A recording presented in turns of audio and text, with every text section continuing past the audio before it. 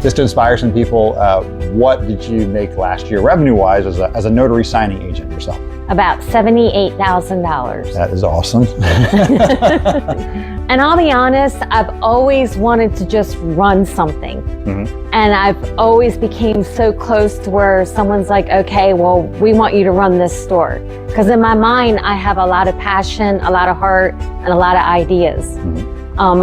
Like you said, I do know how to treat people. You want the repeat people coming back. You want to make the clients happy. And I understand the cycle of service. Welcome back to the channel. On today's episode, we have an amazing guest, Candy Rogers, who is a notary signing agent out of Maryland. And I'm very excited to have her on because she's going to give you a great perspective on a few things. One, how to have an amazing positive mindset. Two, how much marketing effort it actually takes. Of course, she's going to share some tips and tricks on what she likes to do as far as marketing and her script. And with that being said, welcome, Candy. Thank you for joining us. Thank you for having me. I appreciate it. Fantastic. Just for a reference, and by the way, we know each other, and we'll get into that a little bit later from prior to being in the notary business. But just to inspire some people, what did you make last year revenue-wise as a notary signing agent yourself? About $78,000. That is awesome. I used to make like $70,000 as a GM at Panera Bread, which is actually where we met, prior to our notary signing agent journey. So with that being said, before we get too far into it, if you haven't already, subscribe to the channel. What are you waiting for, people? I'm giving you all these nuggets and fire from our wonderful guests. So it's free. Please subscribe and share the video. Moving on. Awesome. So where are you from, Kate? I mentioned Maryland, but are you from Maryland? Is that kind of where you grew up? No, I'm actually from Marshfield, Vermont. That's where I was born. Okay. With my mom and dad and my sister, my one sister, Dawn. So it's a little small country town. And then my parents moved, I want to say, to Virginia, and then we ended up in Maryland. Okay. Okay. See, I just learned something new. I did not know she was from Vermont. Worked together for 3 years prior to that. Never even asked her yet. Okay. So prior to being a notary signing agent, what was your career field? What were you doing primarily? I worked in restaurant work pretty much my whole life, since the age of 14. In the beginning, I started at like mom and pop shops. So I've worked with people that own their own businesses. Like my very first place was Lipscomb's Carryout. And I was the only one that was not part of the family. I was part of the family. I used to be their babysitter. Okay. And then that graduated to upstairs running the cash register. And then, so then I went from there and I worked for, Midway Liquors, which was family owned. And they would I was a cashier there. And then I went to Double T Diner, which is family owned. So, and my dad owned his own business and I worked with him for a little bit and, answering phones and things when I was younger. Okay. So I feel your pain there, being in restaurants also for a couple decades, running other people's businesses. One thing I love about restaurant personnel and managers specifically is because they have a lot on their plate. They typically, how many hours would you work in a normal week for you? I know it's going to vary depending on where you work, but give me a ballpark. About 70 hours. 70. Yeah, which is insane, people. And kind of the norm in restaurants, if you're not familiar already, as a manager anyway, is to work 50, 55, some places are 60 hours is kind of like the normal, week. And the reason that is because these places are open at, 5, 6 in the morning until 10, 11 o'clock at night or later. So the days are so long. So to have enough coverage, they expect the managers to work an absurd amount of hours and then somehow have enough energy to come back in the next day and give it their all when they have zero time with their family. They're burned out. They're exhausted. So it's a terrible model in general. But if you can survive in that industry for a long period of time, like we both did, you're going to learn a lot of skills because you're running other people's businesses, which is the beauty of it. So if you're out there as a potential signing agent or you're already building your business, use that paid training from other places you have worked before or are working now in your business. So that's the beauty of it is I learn how to run, how to hire people, how to do a P&L statement. But most importantly, I learned customer service, which is the biggest part of the business because it's a people business. That's a relationship business. So the most successful people in this industry as signing agents, signing service owners, they are just really great people, and they take great care of their clients, and they will always do right by them, by their teams, and by the notaries that work for them. So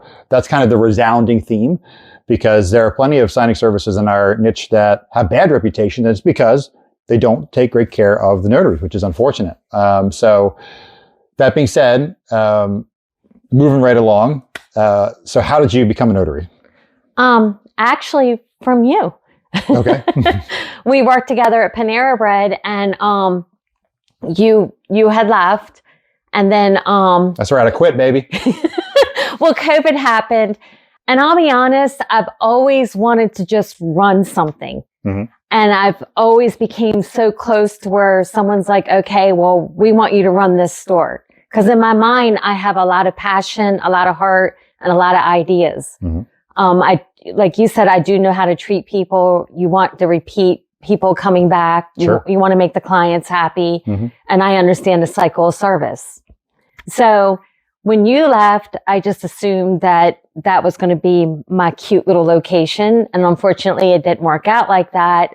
Then, of course, I was thinking, okay, well, there's got to be something out there for me. And I've been watching you on Facebook, seeing how well you're doing. Mm-hmm. So I contacted you, and you told me to do this. And that's how I started. For reference, because refresh my memory, when did you actually get started in the signing agent business? It was March of 2021, right after the refi boom, or when that was like ending. Going. Yeah. I gotcha. Okay. So March of 21, you should still have been okay. March of 22 is kind of when rates started going from 3% and started that initial climb as the Fed started raising the rate. But I'm pretty sure you were more on the earlier side. So 21 is probably correct. Right. Yeah, because I think I remember the conversation you called me. And I remember I was literally about to go to an appointment soon-ish.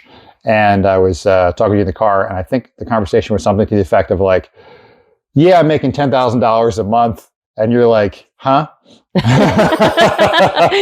exactly. I was thinking, okay, I'm barely making 3, but go ahead. Yeah. And I was like, yeah, no bullshit. Like $10,000.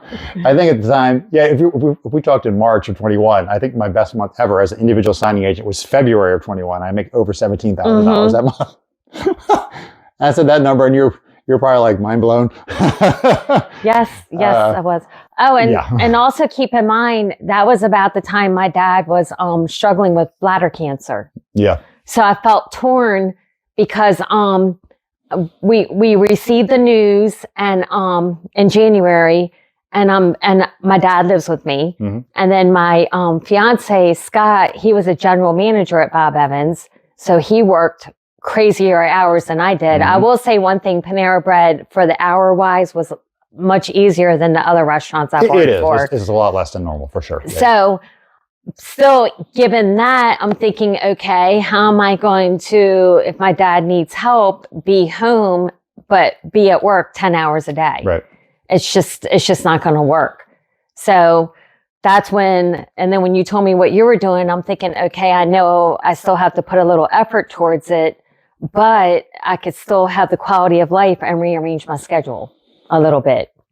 Yeah. Because I can pick and choose my closings. Exactly. Yeah. The flexibility of this job is amazing. And that was, if you're in restaurants, that's the easiest sell for anyone in restaurants as a manager, is the quality of life, because you have the flexibility to choose how much you're working, assuming that you are going to put in the effort to build your business enough where you have enough clients to do that, which is easier said than done for some people.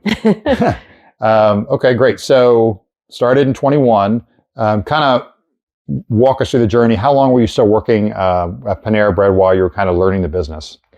Well, when after I received my actually I quit before then, because my last day at Panera Bread was, I want to say it was around it was on Valentine's Day. Okay. So that was my last day at Panera Bread. And then I took off the time and threw myself, because I had money saved, into my studying of my title producer license, the TIPIC. Let me tell you, it's been a long time since I went to school, so that took me a while. Well, not really, if you think about it. It took me a good month to get it, because you have to, if you're not studying, you honestly forget how to study, how to take notes, like little things like that. So then I passed that. And then my first closing was with you, with Key Title. Oh, yeah. Yeah. That old Key Title, no longer in business. It is what it is. It's rough out there sometimes. Okay. So you said February is when you quit Panera Bread. So that would have been February the following year of 2022? No, the same year. Oh, same year, 21. Mm-hmm. Got it. Okay, perfect. Okay, great. Awesome. Okay. So that was like you had the conversation with me and then you were quitting very soon after? Mm-hmm. Okay, love it. Sorry, Panera Bread. Yep, that's exactly how it happened. My bad.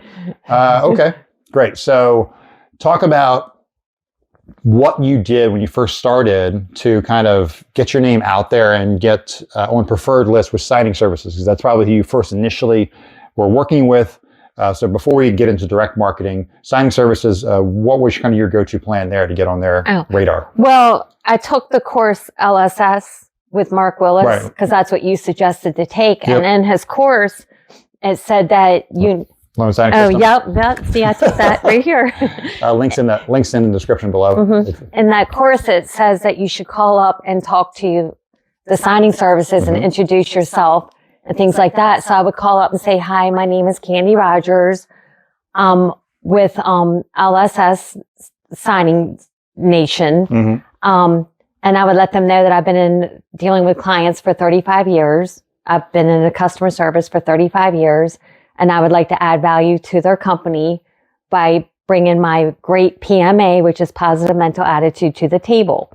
Now, keep in mind at home, I had a script and depending on how somebody answered the phone really depends on what you're going to say. Sure. Because a lot of times they'll say, okay, well, how many closings have you had? And I'll let them know. And I used you as a reference in the beginning that I worked with Superlative Signings with Brad Martin. And yes, he can verify that I do know what I'm doing. And I've taken Mark Willis's course and things like that. Because when people are busy, you have exactly maybe 20 seconds. So I just wanted to let them know that I have been in the field for 35 years dealing with customer service. So normally if you have a lot of customer service experience, that's going to get your foot in the door. I agree. So, yes. And then, so far everybody that they've given me a chance. And then I like to think I have great communication skills. So when I would do a closing, if they wanted the scan backs within 2 hours, it was right at the table. I wanted to exceed expectations to let them know that I really do care. Right. And that even though you gave me 2 hours, I'm not going to wait till the last minute. And if I dropped my stuff off at FedEx, I always would call them up and let them know that it's been dropped off and I have the receipt number. If they want, I can upload that too. So I would try to do little things to go above and beyond. Okay, so she put a lot in there. So number one, if you're taking notes, when you're calling and introducing yourself to signing services, have a script. So it is a repeatable action that you can do well at. And that way, if things are going well with the script, keep going. If you need to tweak something, then tweak it. And then also, she said that they have 20 seconds, which I can confirm is true. We don't have a lot of time when we're taking these phone calls because we're basically stopping what we're doing and taking the phone call. However, we do want to work with really good signing agents. So let us know in your elevator pitch in that 20 seconds or 30 seconds how you're going to add value, as she said. And she's communicating that she has a ton of customer service experience. So I bet when she called, she had a smile in her voice, which is kind of a very normal phrase for us in customer service. And she was talking about how she's going to add value by communicating and delivering a smooth experience and with that positive mental attitude. And if you don't know Candy personally, like I do, if I had to describe her in one word, it would be positive. Like that's the obvious word because it comes across in every interaction I've ever had with her. She's incredibly, use the word again, positive, because she has a great mental attitude or PMA about everything she does. And she takes on every situation in a positive light. And that's her spin on things. So that's why, energy can't be created or dissolved. It's just transferred between people. So whenever you're in the room with Candy, it's obvious that you'll be affected by her positive energy. And that's a wonderful thing. So we all know there's people in our lives that are incredibly positive that we love being around because they kind of light up the room. She's one of them. So when you're calling, you need to convey that because you can't see me, but over the phone, you can convey that with your energy and the smile in your voice and really letting us know that you're going to take care of our clients. That's all we care about as signing service owners. The experience is important for sure, but focus more on the value you're going to add to the client. Think about them and how you're going to solve their problems. So you have to think like, what is a problem for a signing service? We get notaries that are inexperienced, that are more about the money, that don't care about having enough knowledge to walk someone through documents, who don't scan back quickly, who can't communicate well. So all those things, think about all the things, the problems that we have with signing agents and how you're going to be a solution for those. So you're going to add value to them. And think about them when you're pitching them, and you will be very successful for sure. Because we all are willing to give new signing agents that have that coachability attitude a try for sure. But you have to convey that in a very short amount of time. So to stand out, number one, she also called people. You can email people, but I'm telling you, if you call, you will stand out because you're the 1% or less than 1%, because everyone else will email or not do this activity. They'll just sign up online, not get uncomfortable and talk to anyone. And the money is outside of your comfort zone. So you have to force yourself to get uncomfortable. But I can promise you, when you made the first call and the second call and the third call, I'm sure you got in kind of a zone, and then it just got a lot easier, because once you do it the first time, you didn't die. You're like, okay, I can keep doing this. And, how did you get through that? Calling 10, 20, 30 plus signing services mentally. Mentally. Well, what I did was, because believe it or not, as much as I love to talk, I don't like making phone calls. I don't. I just rather be in person or things like that. But if you're going to be working with other signing services and they're out of state, obviously you can't be in person.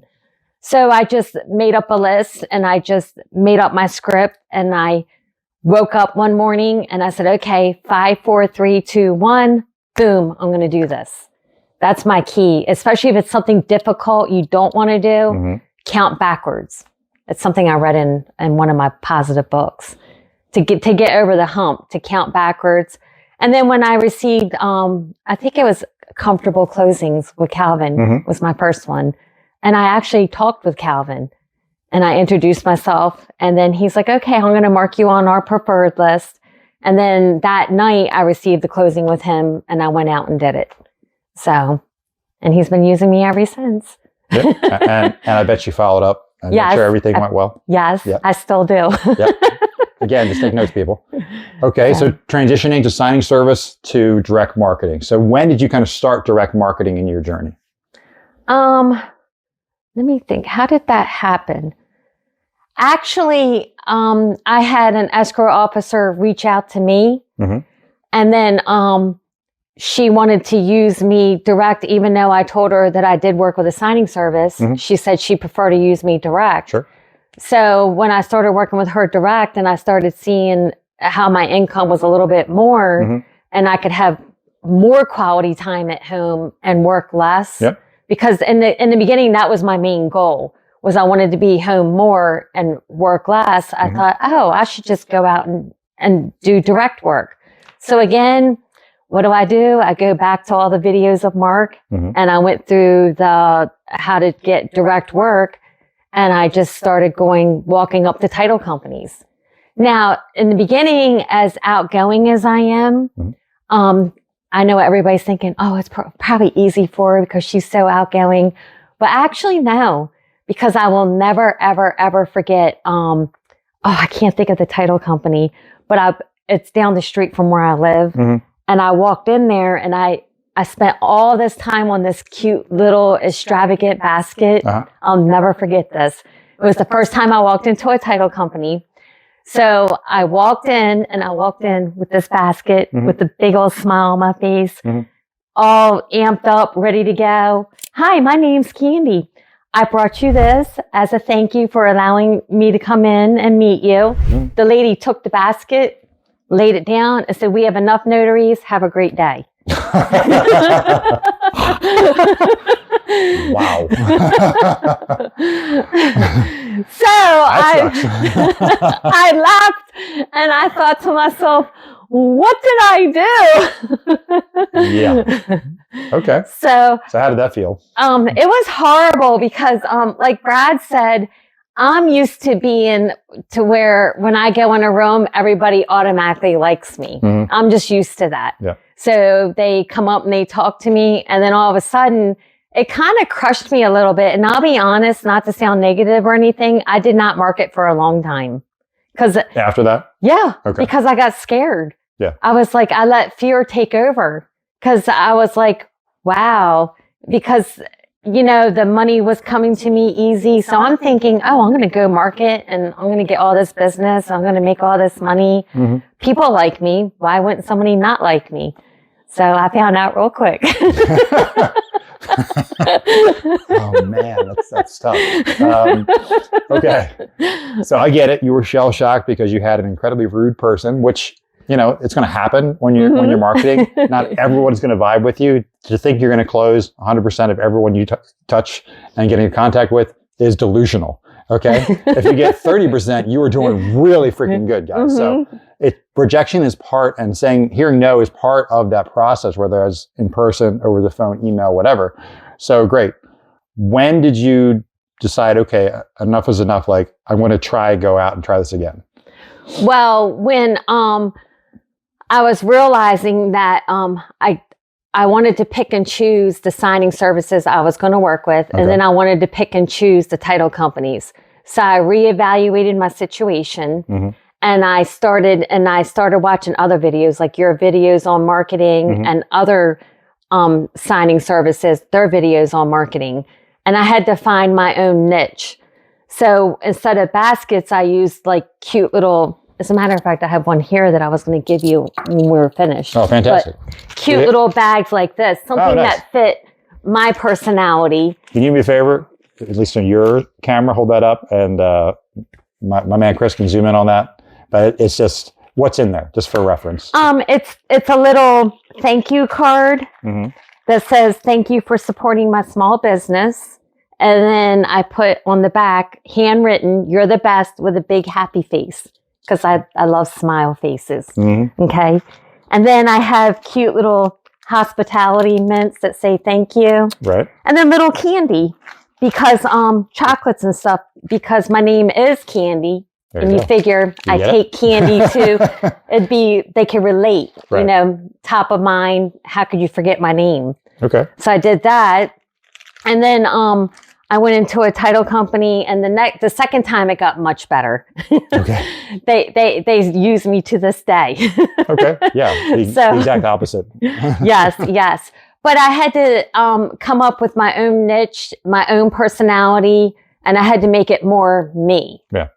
That's where I don't want to say I failed, because I don't believe in failing. It's first attempt in learning. Mm-hmm. But I was upset with myself that I gave up so quick, because I was, like you said, shell shocked. Yeah. So now when I go in, I use my ability of reading the room. Like, I walk in, I introduce myself, and I ask them how their day is going. And I can read. I'm very good at reading people's body language, if they're busy, if they're not busy. Mm-hmm. A lot of the times when you walk in with something cute and small, they're looking, and I'm like, oh, I said, well, let me introduce myself. My name is Candy Rogers. I'm coming in to help bring value to you and your clients. Mm-hmm. I want to take a minute of your time. If you don't have time today, if we could schedule a meetup to where I can come back, or if you have just like 30 seconds, I can quickly walk over what I can do to help you. Mm-hmm. I do have little flyers and brochures. And normally 98% of the time, they do listen to you. Mm-hmm. And then they'll give you a card, and then you can follow up on email. A lot of the times I will do that, but I do like to call back on that and personally speak to the person, because then I remind them, I'm like, I don't know if you were the lady I spoke with yesterday, I'm Candy. I'm the one that brought in the little bag of candy. Mm-hmm. And then they relate the two. Sure. So, and that's what I do. Then once I'm in the title company, in my mind, I worked through the title company, because there's more than one escrow officer. Sure. So that's how I built up my business. I only have 5 main title companies I work with. Mm-hmm. So with the 5 main title companies that I work with, 4 of them use me consistently, and I made about $70,000 off the 4. That's just 4. That's it. Yeah. That's it. That's awesome. That is it. And I kid you not, I can show anybody my notary gadget. I can even tell you my title companies. Those are the four. Let's not do that. But oh, well, you know what I mean. Those are my four main ones because what Mark says is true. If you chase the money, that's all you're going to be doing is chasing the money. You're like a hamster on a wheel. If you build the relationships, that's the key. Plus, I do like building the relationships. I honestly like helping people. I will go above and beyond to help anyone if they want the help. So I have a lot of male viewers. So just because I know there's going to be a question in the comments, roughly how much does that cost you? That one bag of candy there on your card? Maybe $2 or $3, if that. And then on average, how many do you bring into an office at a time? I would say it depends on how big the office is. Sometimes I might bring in 4 or 5. Okay. It depends on who's around. A lot of the times I have done this. If somebody's doing a closing, I'll leave extra. I'll be like, oh, if whoever's doing the closing, if you want to give some to the clients, feel free to. Okay. Yeah, because, you're helping out the clients. And what ways do you use to help build a relationship with the current title clients you have so that not only do they continue to use you and reach out to you as their preferred notary, but also recommend you and refer you to the other people in their office, in their company? What's kind of your go-to things that you like to do? I remember their birthdays. Okay. And I don't spend a lot of money on like, I don't bring in extravagant cakes or anything like that. It's just simple birthday cards. I constantly send thank you notes. If I do a closing, I have the Post-it notes that say have a great day with the happy face on it. Right. Little things like that. I make sure that the documents are 100% perfect. If I do make a mistake, and I'll be honest, sometimes I do miss things. We all do. I don't mean to. But if they call me up and they're like, hey, you missed a signature, we need you to go out, I don't price gouge at all. I automatically go out and fix it that day. Like it's happening that day. Okay. I'll get a hold of the client and then I hand drive it up and then I give them, I hand it to them and I apologize. Just little things like that. I just listen. I had this one title company where their dog passed away. That's horrible because I have a dog too. And that's part of the family. So I went out and I got them for the next day, like all muffins and stuff and like care package. And then I let them know if they were ever ready to get another dog. I know a great adoption place, which they checked into and they got another dog. Okay. So, yep, I just listen to their needs. I pop in just to say hi. If they always tell me, oh, well, we're sorry, we don't have any closings. I'm like, oh, no, I just came in to say hi. I was in the area and I thought I would stop in and say hi. Yeah. See how their day's going. Yep. Yeah. See if they need anything. So if they're busy in the office, like with filing and stuff, I've done that. I've done packaging for my title companies where I package stuff for them at home. So it's whatever they need. And I don't charge extra for that. Yeah. It's to help their day go quicker. Yeah. So. Yeah, I love it. So it's always asking them from a place of, I care about you. I care about your business. How can I authentically help you? I'm happy to help. I'm an extension of your business. And doing those things will endear you to them because you stand out because no one else does it. Everyone is so concerned about the transaction. So I run into a lot of notaries, unfortunately, that are in that camp and they don't do well. And it's just because of a mindset issue of not trying to always add value and take care of the clients and do right by them, but think about them. Because if you do that, the rest kind of takes care of itself. But it's kind of a faith thing that you have to trust that will happen and not be so concerned with getting paid for every little thing.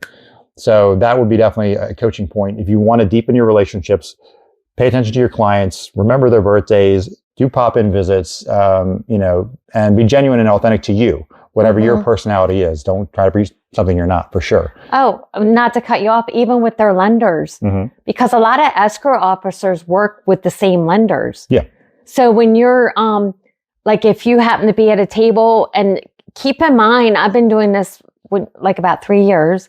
And I can count on one hand how many times a lender's been at a table. But if you do notice a lender at the table, always let them know I appreciate what they do. I appreciate the paper, like the time and dedication they put into the paperwork, and acknowledge the fact that they are there. And then I let title know, yes, such and such showed up, the lender, super nice guy. And then I also send them thank you cards. Okay. It's a nice ninja move. I like it. So great strategies. Just to give the viewers an idea of how much you've marketed in those 3 years for, let's just say, title companies, offices, ballpark it. How many offices do you think you've visited roughly in the last 3 years? Oh, I would say at least maybe about 40, 50. Yep. Yep. That's right. Even out of state. Yes. I've gone out of state. I've gone to Virginia. Yep. Yes, you have. So 40, 50 office visits to have 5 really good clients, 4 specifically, but 5 total clients that feed her regularly. Have you been to any open houses? Yes. Awesome. Yes. I've gone to open houses. I've brought in water. I've walked around. I've shared open houses on Facebook for my clients and friends. I've also gone to realtor offices and introduced myself, letting them know that I do work with like 5 title companies, and that because each title company specializes in certain things, that I do have connections, and if they wanted to meet one, things like that. Love it. And then open houses, how many do you think you've been into? At least 10. Love it. 10. How about networking events? Oh, yes. I go to networking events. So there's, I belong to a couple of places, but I can't something to do with women business. And then, also with the real estate, I've gone to a couple of their events. So with the like Berkshire and Hathaway, things like that. Gotcha. Just stop in to say hi, because I know a couple of people that work at the title companies that are affiliated with them. Got it. So, but normally down at Alice's, because I live in Middle River, there's the Alice's. They have an event there once a month, and I'll pop in. So I meet different types of people there. I'm sure. Different businesses. When you're at a networking event, what's kind of your strategy as far as what you're trying to accomplish? And then what do you typically start the conversation with? Well, I stand up and we all introduce ourselves and what we do, and now that everybody know. But then I also let them know I'm there to represent my title companies too. So I'll let my title companies know that I'm going to a networking event. Oh, okay. And they'll each give me business cards, pens, and I represent each one fairly because I'm helping them build up all their business, and they all know that I work with obviously more than one title company. So, and they also know that when I'm at the table, I'm representing that title company. Sure. I'm not worried about trying to get business for another title company. So a lot of marketing efforts to get direct title clients. So it's not easy. So mindset question for you next. As far as saturation in the industry, and it's kind of a buzzword post-COVID and all businesses, but number one, do you think our business is saturated? And 2, if so, does it matter? And what's kind of your approach to that? I know there is a lot of,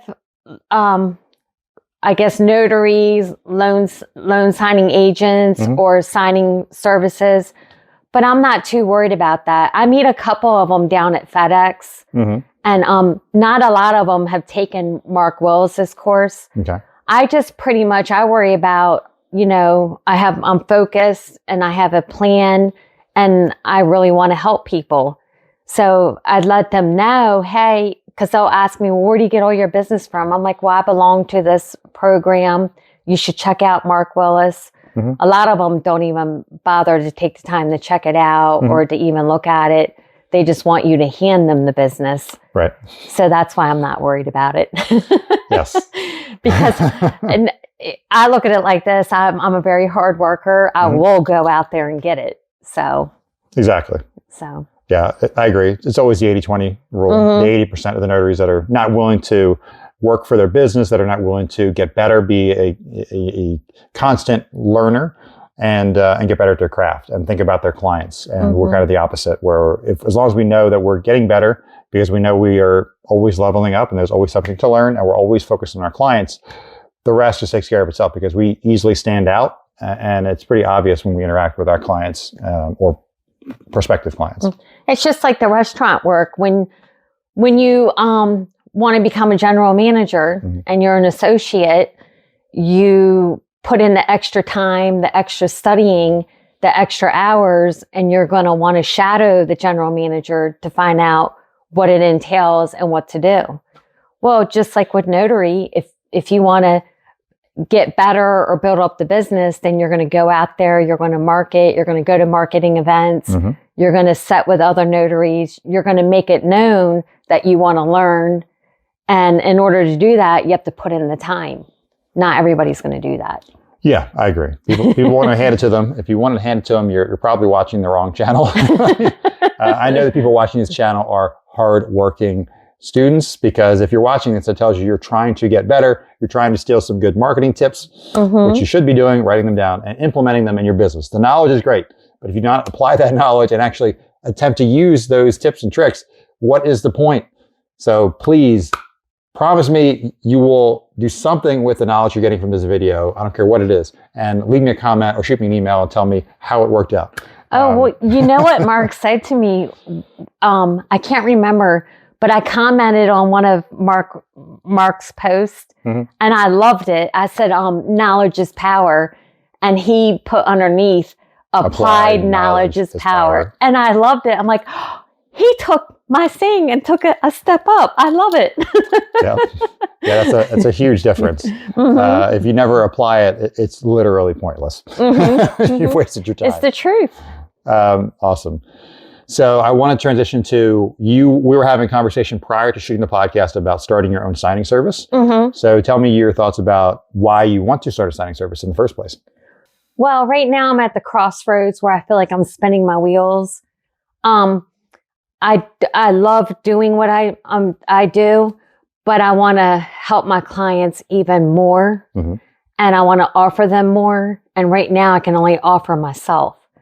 So I'm wanting to help pick the notaries and send the notaries out to reach the clients further.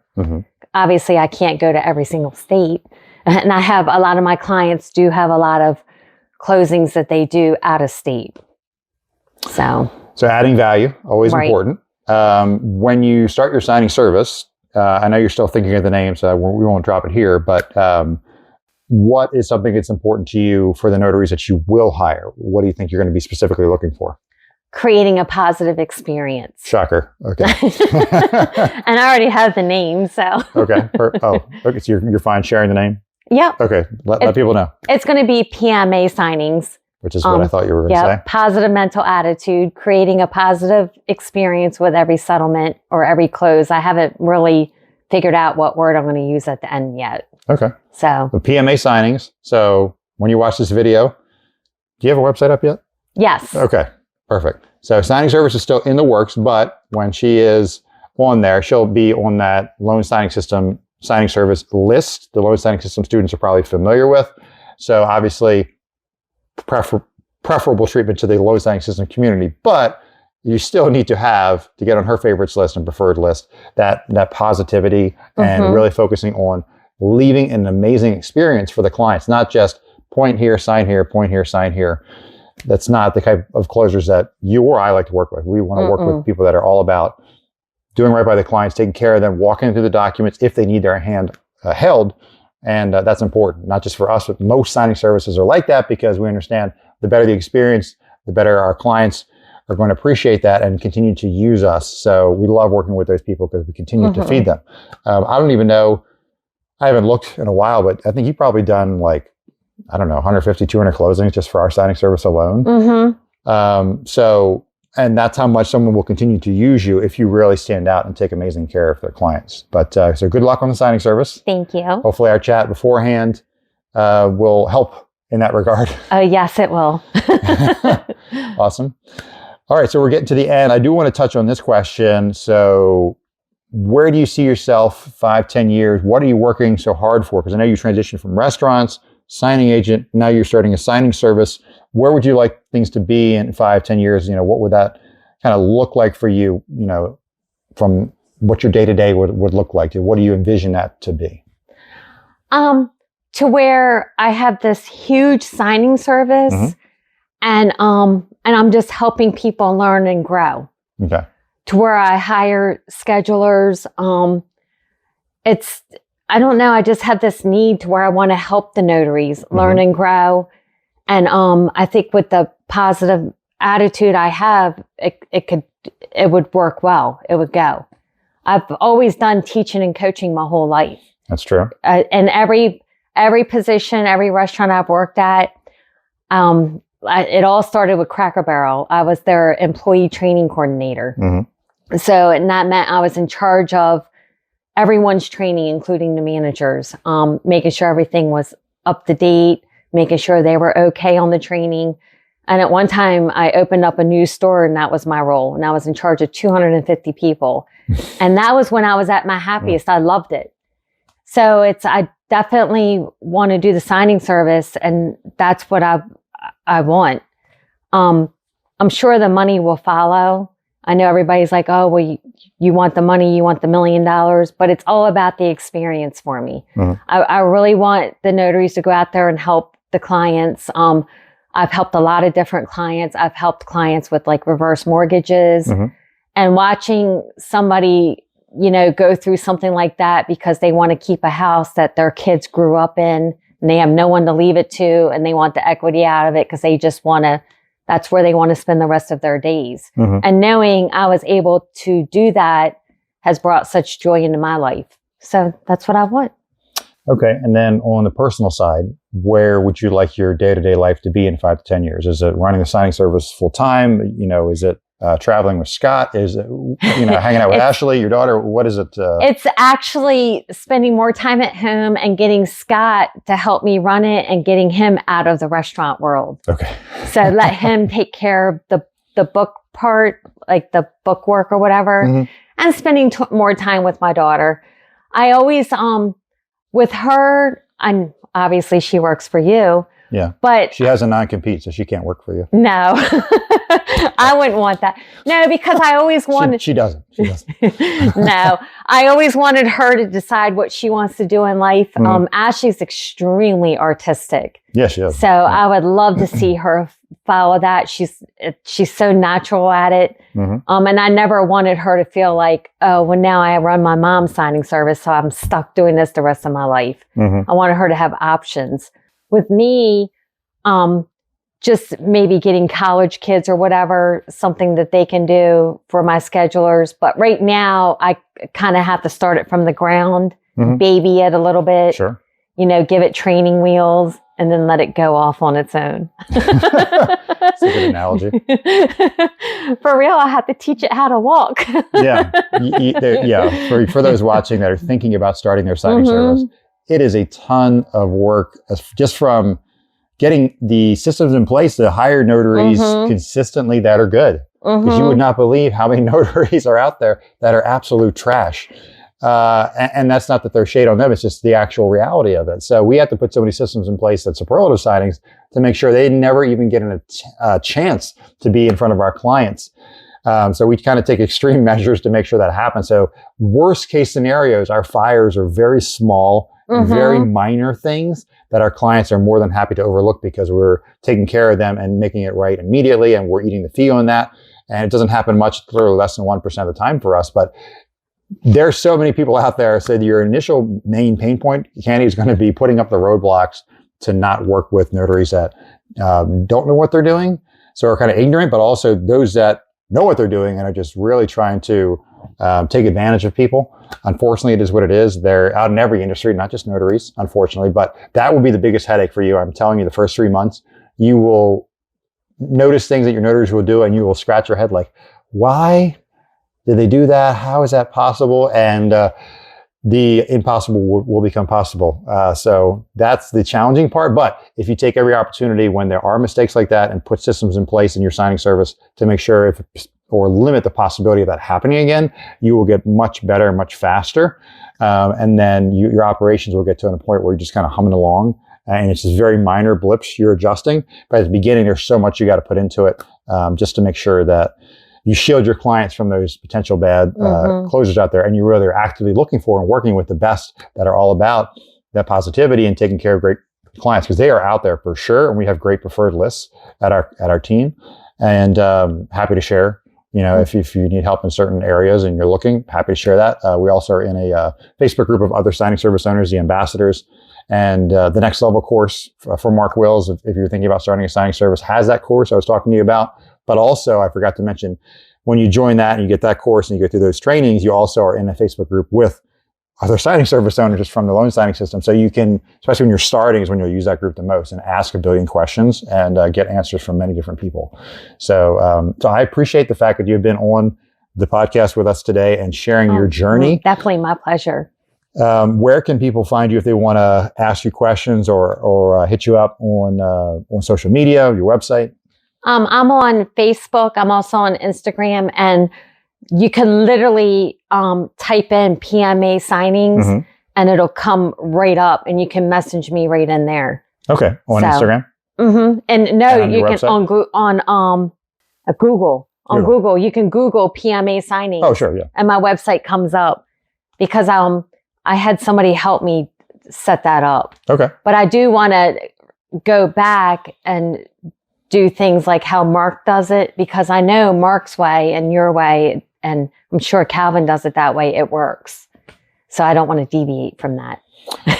I gotcha. You mean adjust your website and add some things to it? I mean, you're starting a signing service. You have to definitely rebrand it a little bit, or not rebrand it, but really just change the language in there to the target audience, which is not just locally, but also nationwide, Ron, all the different things you cover. Yeah. But definitely anybody can Google up PMA signings. It comes right up. So, awesome. Yeah. And I wanted to thank you for having me here today and doing all this. My pleasure. It cleared my mind a lot. And the reason why I reached out to you is because I have a lot of respect for you as a business owner, my mentor. We've spent a lot of years working together, and I value your opinion. I think I've told you that many times before, but also I definitely like the way you run your signing service.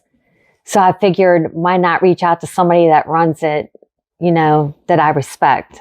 Not that I don't respect nobody else's, but I don't work with Calvin enough like that, or I don't even think I've ever worked with Mark's signing service. Yeah. Well, he's out of San Diego, so not a ton of Maryland, but yeah. But I've worked with Joanne Wages. She's good also. Yeah, she's amazing. And everybody that I've worked with belongs to LSS, but I've worked with you the most. And then with my daughter working for you, I definitely see a lot of things firsthand. So I already know I'm going to have my headaches. Yeah, they're coming. Don't get it twisted. They're coming. We'll end on that note. Yes, there are headaches in the business, but it's absolutely worth it.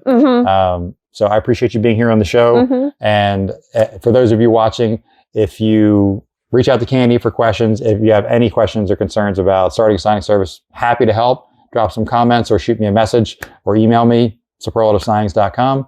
And for those who don't know, we also offer, for those who aren't starting a signing service, to give you 10% paid commissions for any referrals. So if you send title company clients our way, we're happy to pay that to you. And if you're interested, details are down below. So I appreciate you watching. If you're here at the end of the video, you are what I like to call the 1%. The diehard fans, I love it. Thank you so much for watching. Please like and share and subscribe if you haven't already.